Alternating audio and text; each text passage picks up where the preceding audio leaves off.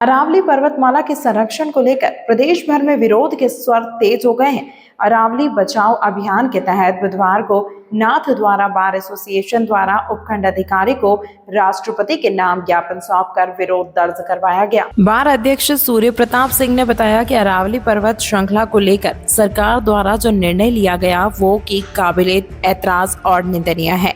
अरावली पर्वतमाला कोई वस्तु नहीं है जिसे इंच टेप से नाप जाए। अरावली पर्वत श्रृंखला विश्व की प्राचीन पर्वत श्रृंखला होकर भारत के 4 राज्यों पालनपुर, गुजरात से राजस्थान, हरियाणा, दिल्ली, रायसेन हिल तक जाती है और इसका 80% हिस्सा राजस्थान में आता है।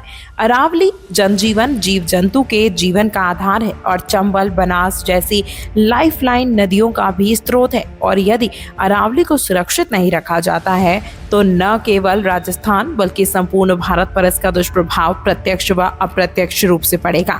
इसीलिए 100 मीटर वाली परिभाषा को संशोधित किया जाए। ज्ञापन देने के दौरान वरिष्ठ अधिवक्ता कृष्णकांत पालीवाल, उपाध्यक्ष मुकेश त्रिपाठी, प्रवक्ता मनोज पालीवाल, भूपेंद्र पालीवाल, हर्षवर्धन शेखर, मयंक पालीवाल, प्रदीप, संदीप सनाढ्य सहित अन्य अधिवक्ता उपस्थित रहे।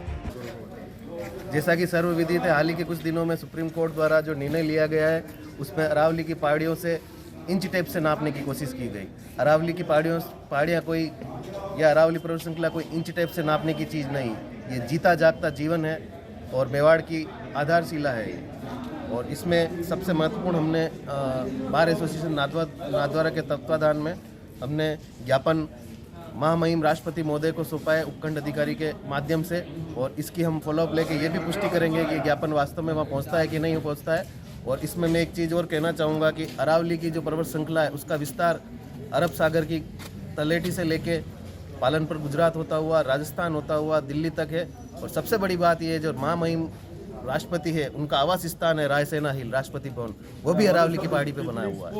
तो उनको इस पर गौर करना चाहिए। वो खुद इस पे निवास स्थान है उनका खुद का, वो खुद इस पे रह रहे हैं। तो उनसे यही निवेदन है मेरा कि कैसे भी कर अरावली की पर्वत श्रृंखला और इन पहाड़ियों को बचाया जाए, अन्यथा भारत में ये जीवन अस्त व्यस्त हो जाएगा और प्रत्यक्ष और अप्रत्यक्ष रूप से पूरे भारत को इससे नुकसान है। धन्यवाद।